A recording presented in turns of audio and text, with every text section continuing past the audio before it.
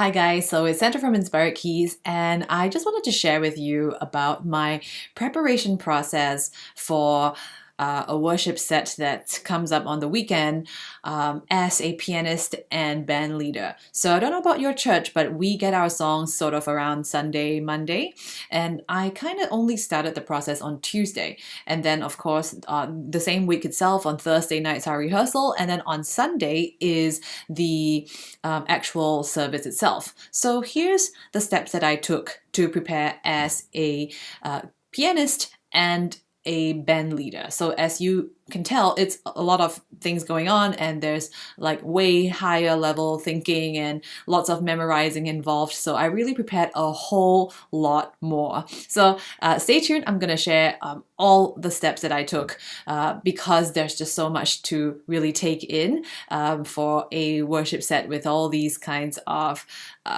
commitments and leadership. So first up, 2 days before the rehearsal, which was on Tuesday, I listened to the songs once through, and I read through the song sheets while listening to the songs, and I familiarized the section names.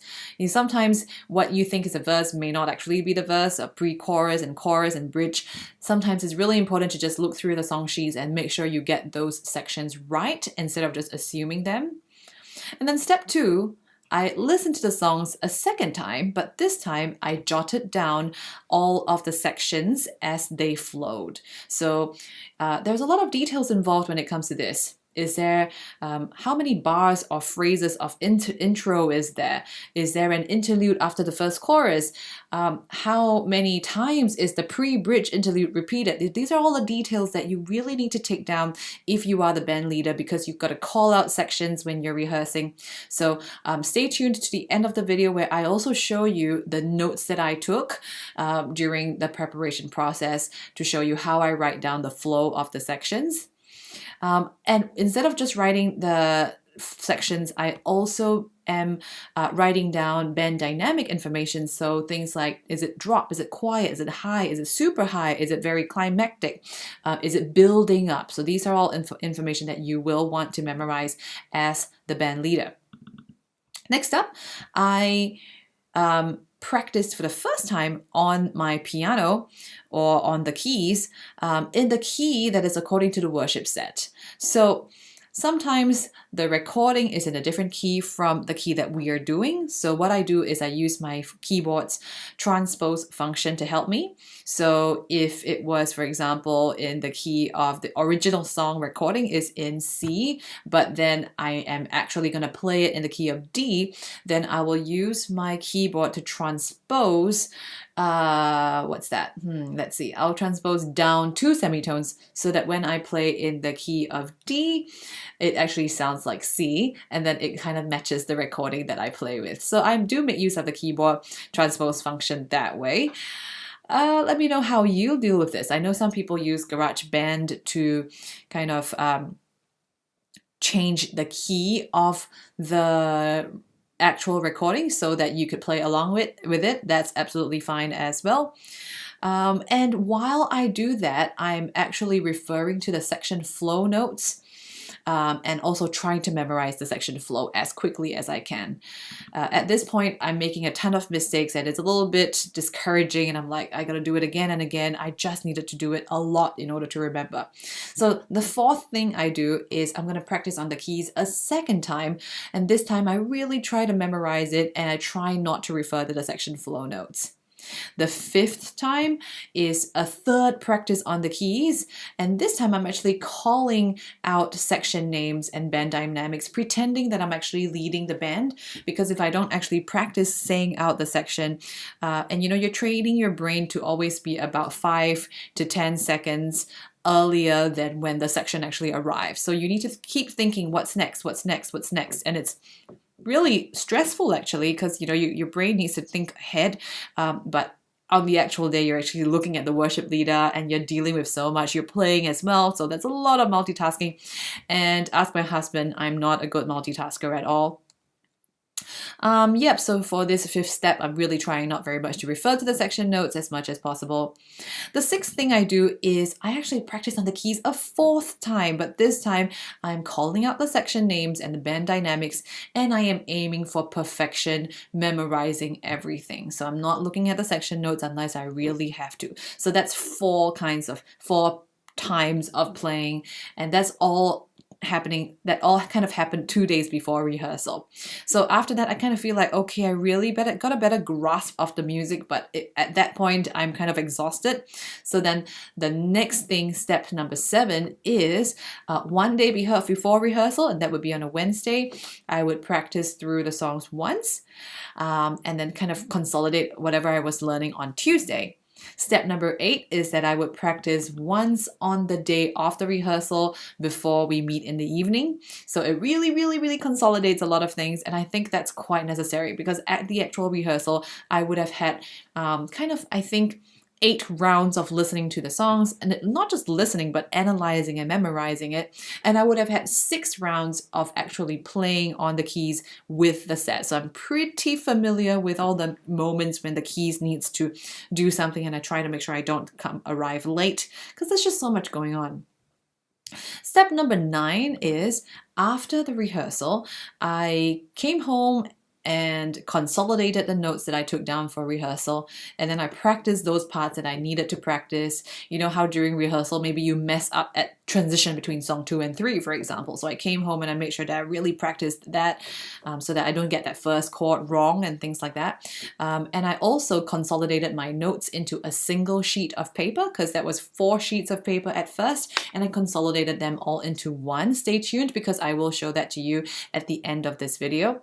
And then step number 10, a day before the service, which would be Saturday, I had 1 full round of practice as well, and I also tried to practice calling out the section names and the band dynamics as well. So my goodness, that was like 10 steps of preparing as a pianist and band leader. It's a really high high level challenge kind of leadership role, and you really don't want to mess up, especially if you're dealing with a lot and then you like call out the wrong section and you lead the entire band astray, and that would be absolutely disastrous. So right now I'm going to show you what I take down on my notebook. Okay, so here's the notebook that I would choose to use just because I think it's big enough. As you can see, this is the size of my palm, so it's kind of like a little bit bigger than half A4 per sheet. And I started out with, it's a huge mess, and I am not a tidy person, as you can probably tell, but I started out with a blank page and pretty much just filling up the top with the song order. So this is song number 1, song number 2, 3 and 4 are behind this, and then the title, and then the key. Okay, the title and the key. So I pretty much started with that as a basic. I'm just going to show you that as well. Yep, so song number 3, key, and song number 4, key. So I think that's pretty important because sometimes you end up forgetting what the key is, and then it becomes a bit disastrous when you don't know what to play. So pretty much I used this notebook together with my preparation process where I listened to the songs and I analyze the sections. So these are some of the questions that I sort of came up with, and I wanted to make sure that I communicated them with the worship leader or the worship pastor. But I kind of started to analyze the sections like verse 1, chorus, verse 2, chorus, and stuff like that. And I also took down all the information on like the riffs that I had to play. So 4, 5, 6, 3 was kind of like a da da da da, like 4, 5, 6, 3 kind of thing. That just kind of helped me to remember that that's the chorus where I had to play a 4, 5, 6, 3 riff. And I also sort of inserted some information like when there's like a new turnaround and when I need to tag. So there's a lot of information, but it's all very visual. And at one glance, I know, oh, that's the song where I need to have a tag at verse 3 and things like that.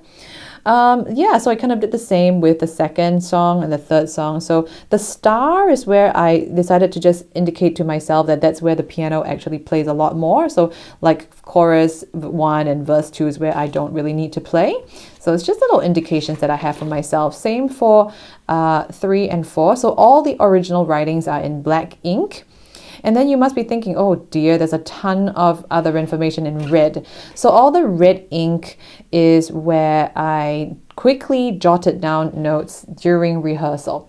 So during rehearsal, I do find that I can't really think clearly about writing clear sentences and stuff. So what I end up doing is I just really just scribble information that I need, like big entrance, that's all I can afford. So every time it's like we're working on song 1, I have this page open at rehearsal. And when I have something about song 1, I don't know if it's about the bridge or the intro, wherever it is, I just kind of take my red pen and I just quickly put it onto the page so that I don't have to think so much about this. Because during the rehearsal, you can't really go like, what was it I did again? Because it's so easy to forget. There's so much information. So I just kind of quickly jot down and just put it onto the page. So I know that for this song, that these are all the things that I took down for rehearsal. So for this song, I kind of like, oh my gosh, I actually forgot that Reckless Love was in 6/8. It just felt like such a 4/4 song. So I put down 6/8 and then I kind of just squared up all the parts that are like kind of like high risk areas for me. I put down things that I told myself to do, like practice the count in because I was the band leader, practice saying the clicks to be of the same tune, just notes for myself. And then pretty much, yeah, same things. We kind of agreed during rehearsal that I might have to do an A flat for 2 bars. So I knew I would forget because it gets confusing at the end of rehearsal. Was this for song 3 or 4? So I quickly jotted all that down. And so you want to make sure that your notebook has a little bit of free space for you to jot down all these information. And yeah, so you can see that pretty much these are just quite self-sufficient. At the end of the session, let me just grab the other sheet. After I came back from rehearsal, I consolidated everything into a sheet like that, which as you can see, I've torn out because I have intention to use some blue tack and I'm going to just paste this on my keyboard at the actual service. So here I've got everything kind of summarized. The 4 songs are on one sheet in the correct order with the song key, and then all just kind of each song having specialized instructions for myself that I want to make sure I don't forget. Just, like the high risk things that I probably will forget, and even sort of things about like cueing people in and what kind of thing to remind people, like we're doing a big entrance for Reckless Love and I want to make sure that I remember that because yeah, there's just so much going on and I'm probably going to forget. So yeah, I really hope this helped. I hope this helped, like, just sharing my rehearsal preparation process. Be sure to share with me how you prepare for your worship sets as well. I mean, I might be kind of over preparing a little bit, but I think it's better to over prepare when you've got so much that you are doing on the actual day. So how do you do it, especially if you are a pianist and a band leader as well? Be sure to leave a comment. I would love to, and I think the rest of us would love to check out your comments and your answers as you share what you do to prepare for your worship set. And be sure to also like this video if it helped you and subscribe to the YouTube channel if you haven't already. And I wanted to make sure that you have already gotten your free copy of the 3 quick tips to make your worship keys sound awesome PDF. There's 3 tips, a really, really short PDF. If you are a worship keyboardist and you want to start sounding good immediately, go get that free PDF now. Details below. Basically, you can get it from inspiredkeys.com/freebies. I also wanted to let you know, if you want to support me and support the Inspired Keyboardist YouTube channel, then you can do so at patreon.com/inspiredkeys. Link is below. And if you really want to take your worship keys playing to the next level and you want to start serving God skillfully and confidently, then you do want to check out the Inspired Keys Academy. Lots of things that I have set up over there to help you get to your next levels and just to get good and start getting training and getting feedback for your playing. All the courses are unlocked once you become a member, and I have a $1 2-week trial inside the Academy as well. Details are below. Go to inspiredkeys.com/join and enter $trial at checkout, and then you can access the Academy for 2 whole weeks for just $1. I really want to thank you for joining me today, and I look forward to seeing you in the next video. See ya!